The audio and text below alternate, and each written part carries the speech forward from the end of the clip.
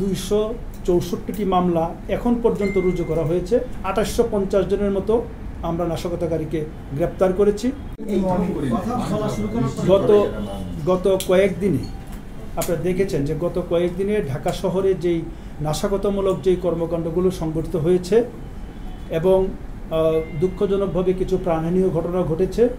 এতে করে ঢাকা শহরের যে আমাদের যে 50টি থানা রয়েছে সেই 50টি থানায় এখন পর্যন্ত 264টি মামলা এখন পর্যন্ত রুজু করা হয়েছে। আমার জানা মতে আরও 4-5টি মামলা প্রক্রিয়াধীন রয়েছে।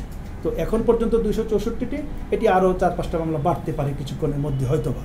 আর এখন পর্যন্ত নাশকতাকারী হিসেবে আমরা এখন পর্যন্ত প্রায় 2850 প্লাস মাইনাস অল্প দু একটা এদিক সেদিক হতে পারে 2850 জনের মতো আমরা নাশকতাকারীকে গ্রেপ্তার করেছি এবং অসংখ্য আসামিকে আমরা কিন্তু রিমান্ডে এনেছি এবং তাদের কাছ থেকে আমরা গুরুত্বপূর্ণ তথ্য পেয়েছি।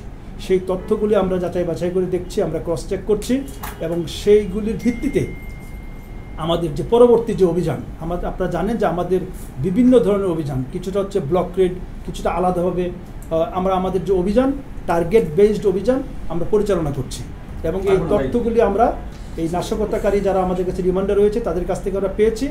আমাদের যে গোয়েন্দা সেখান থেকে আমরা কিছু তথ্য পাচ্ছি, সেই তথ্যগুলি আমরা বিচার বিশ্লেষণ করে আমাদের অভিযান আমরা পরিচালনা করেছি এবং এগুলি অব্যাহত থাকবে। তবে আমি পরিষ্কারভাবে আমাদের বলতে চাই, সাধারণ কোনো ছাত্রছাত্রীদের সঙ্গে বাংলাদেশ পুলিশ তথা ঢাকা মেট্রোপলিটন পুলিশের কোনো ধরনের কোনো বিরোধ নেই। সাধারণ ছাত্রছাত্রী তারা কিন্তু আমাদের সন্তান সমতুল্য।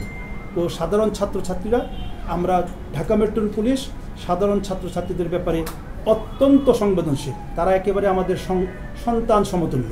কাজে ছাত্রছাত্রীদের সঙ্গে পুলিশের কোনো বিরোধ নেই।